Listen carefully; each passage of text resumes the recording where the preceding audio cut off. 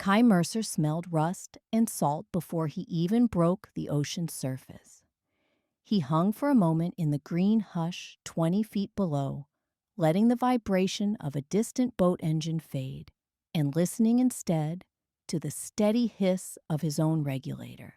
The wreck he was working this month, a half-scuttled trawler called the Evelyn May, lay keeled over on her starboard side like a tired animal. As contracts went, it was boilerplate: remove fuel, catalog loose equipment so the owner's insurer could tally losses, maybe pull up a bit of brass to offset costs. Gullhaven's Harbor Commission barely had the budget for a proper cleanup, but Salvaged diving paid the bills, and the quiet coast of Maine didn't judge a man for wanting silence. Kai finned along the fractured bulwark, clipboard bumping his chest, then slipped through a sluice of kelp into what had been the captain's cabin. A streamer of chart paper ghosted across his mask. Beneath it, something glinted, a pinprick of warm color amid the wreck's corroded blacks and greens. He wedged his glove under the floorboard and levered. A small box tumbled free. Its velvet dissolved long ago. Inside rested a ring, gold, thinner than a man's band, but too sturdy somehow for a mere trawler captain's keepsake. Kai's light caught the inner rim, M to E, 14th June, 1874. He let out a muffled laugh that jetted bubbles past his mask. 150 years at sea, and the engraving was still legible. Back aboard his inflatable skiff, he dried the ring, turning it against the sun. It weighed almost nothing, yet there was a gravity to it, a private gravity that reminded him of standing on a church threshold while someone else's wedding bells rang. He slipped the ring into the zipper pouch inside his dry bag, promised himself he'd hand it over to the harbor office, and throttled the outboard toward shore. Yet by the time he beached near the pier, dusk had smeared the horizon, the office shutters were down, and the ring remained in his pocket. Gullhaven's Main Street consisted of a diner, a hardware store, 2 antique shops, and, wedged like a bookmark between them, the Historical Society. The next morning, Kai walked in before he could change his mind. Bells above the door announced him. Dust motes drifted under the yellowed skylight. Behind a counter cluttered with pamphlets, a woman in her late 20s fished through a filing cabinet. Earth-toned sweater, jeans, hair pinned up with a brass clip shaped like a gull feather. She glanced at Kai as if evaluating whether he was tourist or trouble. "Historical Society's open," she said. "If you're hunting the lighthouse tour, that starts at 10 sharp. Actually, I'm looking for someone who might help ID a ring." He produced it, balanced on his palm. The woman closed the drawer with her hip. "May I?" She lifted the ring as reverently as a communion wafer. 14 karat, early Victorian style, almost colonial revival, but the hallmark looks older. She squinted at the inscription, M to E, 1874. Around here, that'd be post-Civil War maritime. Where'd you find it? "Wreck of the Evelyn May," Kai said. "Yesterday." The woman arched an eyebrow. "She sank 2 decades ago." The ring didn't. He waited while she spun the band with her thumb, an archaeologist turning a boneflake. "I'm Eliza Thorne," she said finally, offering her free hand. Local historian, part-time archivist, full-time descendant of nosy Puritans. "And you are?" "Kai Mercer, contract diver." "Mercer," she repeated as if tasting it. There were Mercers in Booth Bay. Shipwrights? Relation? "Maybe," Kai said. "My father moved us west when I was a kid. I only came back to chase salvage contracts." Something flickered behind her eyes. A recognition or echo. But she shelved it. "Well, Mr. Mercer, you've dredged up more than scrap. The Thorne family has a story about a lost wedding ring. Mind if I show you something?" She motioned him through a doorway into the archives. Rows of map cases, the smell of old paper and lemon oil. From a drawer, she lifted a daguerreotype framed in tin, A young woman stood on a rocky outcrop beside a lighthouse, veiled in sea mist. Margaret O'Sullivan Thorne, Eliza said, married Captain Elias Thorne in 1874. The date on your ring. Family legend says she dropped her band off the South Pier during a squall. Some claim she flung it. Why would she?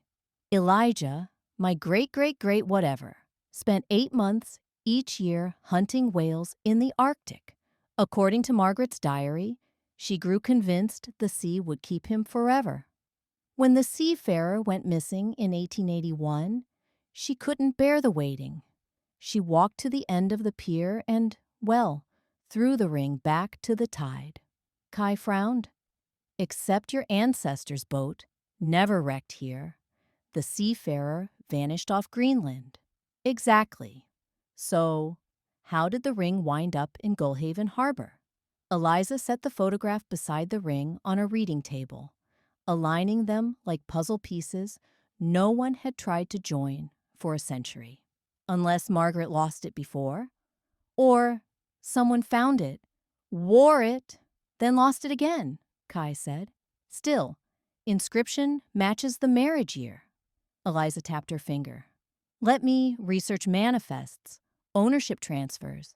If the ring traveled with another vessel that sank near the Evelyn May, we could triangulate. Works for me. I'm tied up cataloging wrecked debris this week, but evenings are clear. She smiled, quick, startled, as if laughter was something she forgot to schedule. Meet here at 7? I'll have coffee and a stack of theories. Gullhaven's nights carried fog like rumor, thin, shifting, full of half-spoken things. Kai arrived at the Historical Society to find Eliza cross-legged on the floor, ringed by ledgers. A percolator hissed on the windowsill. I traced ownership of the pier warehouse near where you dived, she said, waving him over. In 1912, a salvage outfit called Thorne and Graves leased the lot, Thorne being Edmund, Elias's grandson. Want to guess their company seal? She handed Kai a brittle invoice. A gold-embossed emblem in its corner showed 2 interlocking rings beneath a trident. So, the family tried to find Margaret's band, he said. More than tried. Edmund believed whoever recovered the ring would break the curse of seafaring deaths. He lost 2 brothers to storms. He employed divers, offered rewards. The ring became obsession. Kai sipped burnt coffee. That obsession end with him? Ledger stops 1926, after a fire destroyed the records warehouse. Eliza sat back, massaging her temples. But there's a photo from 30, newspaper clipping. Edmund's daughter Iris wearing a chain with a small charm that looks suspiciously like a ring suspended between pearls. She flipped a folder.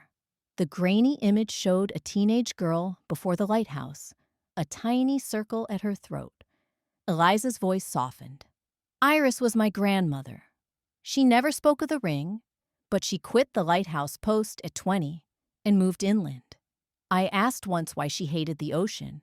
She said, because it keeps what it loves, and I was loved in spite of myself.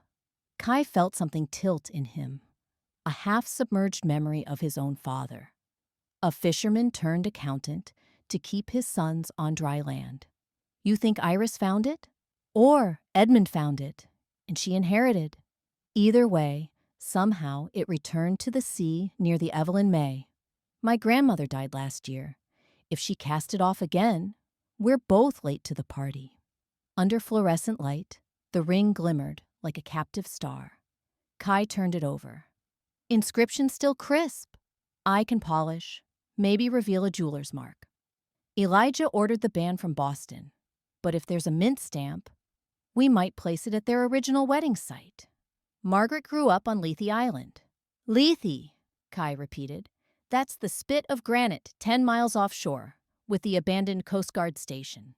Locals avoid it. Bad currents, weird magnetic anomalies. The lighthouse lens cracked during the '38 hurricane. But there's a caretaker cottage that belonged to Margaret's father. Kai grinned. Sounds like a field trip. Eliza hesitated. A thorn returning to Lethe feels like poking a sleeping ghost. Historians and salvagers, Kai said. Professional ghost pokers. 2 days later, they chartered a lobster boat. The captain, a taciturn woman named Martha, agreed to deliver them to Lethe's rocky cove and return by sundown. Fog rolled in at noon, thick as fleece. As Martha's diesel throttled down, Kai sensed a hum through the hull, like a tuning fork beating under the waterline. When he mentioned it, Martha spat over the rail. That's the island talking. Tide hits caverns, makes a racket. Best not stay after dark. The caretaker cottage clung to the hillside, paint peeled, shutters missing. Inside, dust covered everything except a low trunk whose lid sat ajar. Eliza knelt. Inside lay oilcloth bundles, sea charts, a leather-bound journal. The pages crackled but remained legible. June 14th, 1874. Bound to Elias today. He swore the sea would be a cradle, not a coffin. Eliza traced the ink. Margaret's handwriting. I recognize loops from her signatures. Kai scanned later pages. Entries smeared as if damp when written. January 5th, 1881. Storm taken 2 men. Elias sails again tomorrow. Ring heavier each day. April 13th. Gave the sea its due. Below, a water stain shaped like a fingerprint swallowed the line. Eliza shut the diary, face pale. She did throw it. Or gave it to someone who did, Kai said gently. Still doesn't explain why a 20th century trawler carried it. They searched the cottage until Martha's horn blared from the cove. Sunset painted the sky bruised lavender. On the ride back, Eliza leaned against the gunwale, humming half a shanty Kai once heard on a research vessel. Something about mermaids mending nets. He watched the ring of hairpins at the nape of her neck and wondered if all historians drifted so easily between centuries.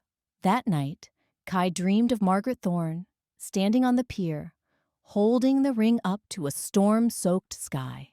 Lightning forked. The ring blazed like a halo. "Wake," she mouthed.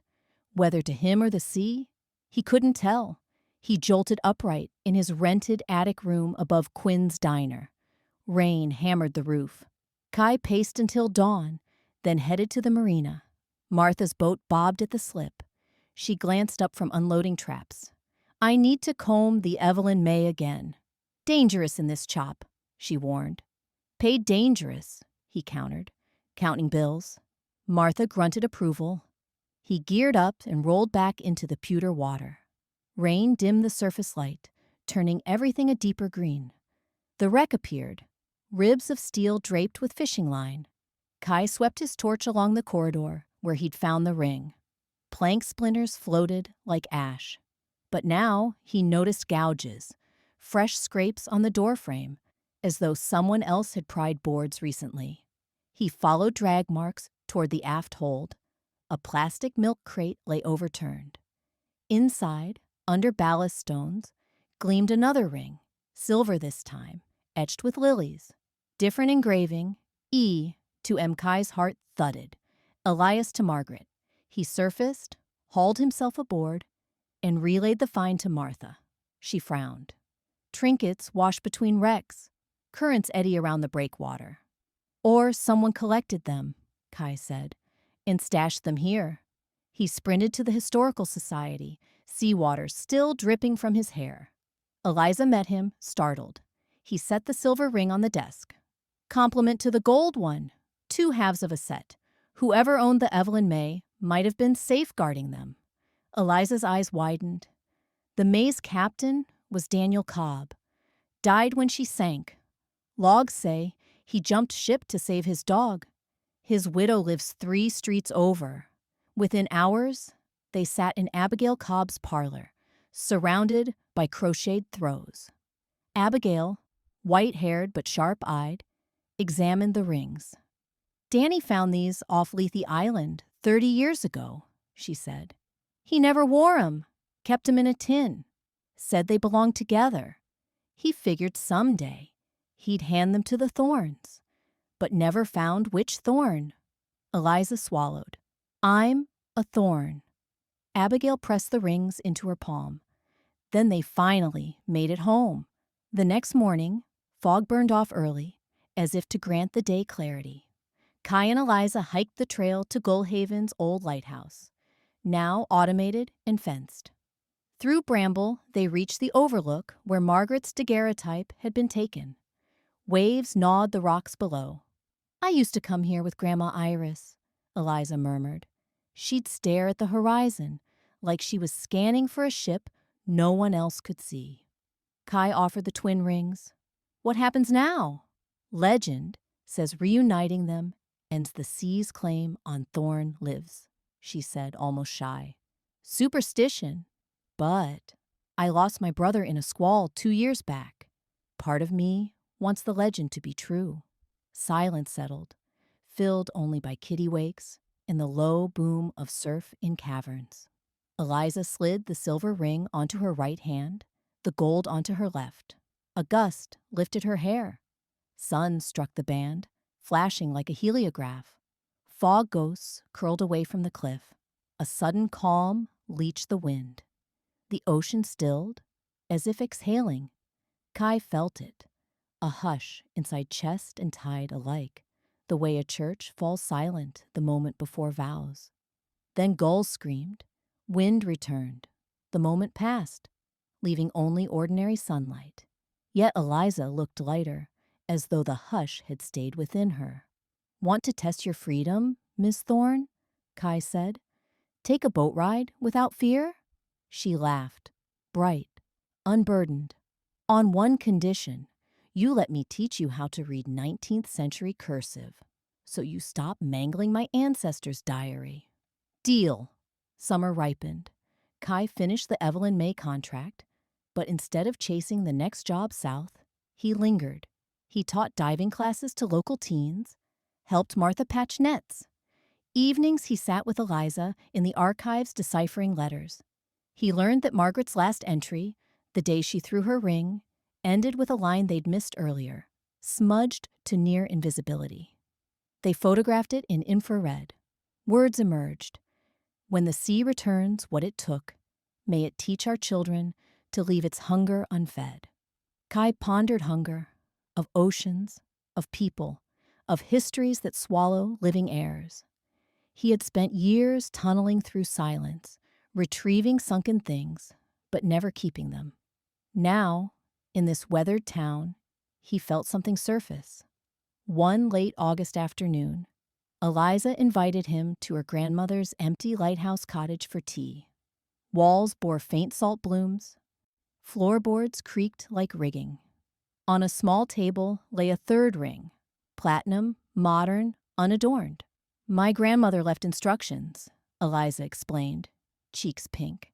She said, "If the rings ever find their way home, add yours to the chain you forge with someone who knows the water's mercy." "I think she meant you."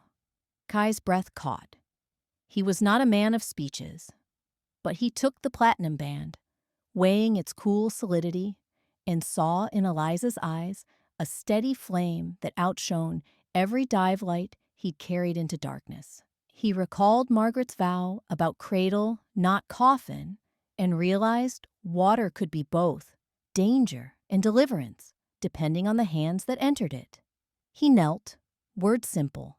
"Will you marry me, Eliza Thorne, and join me in proving the sea can give, not only take?" Tears brightened her gaze like dew in moonlight. "Yes, Kai Mercer. And if the sea tries to keep you, I'll dive after." They clasped hands, 3 rings between their palms. Gold, silver, platinum, past, promise, present. Outside, waves struck Lethe's distant cliffs, but here the tide flowed gently inside their joined fingers, folded histories, and the shared pulse of 2 hearts convinced at last that some treasures are meant to be recovered and kept.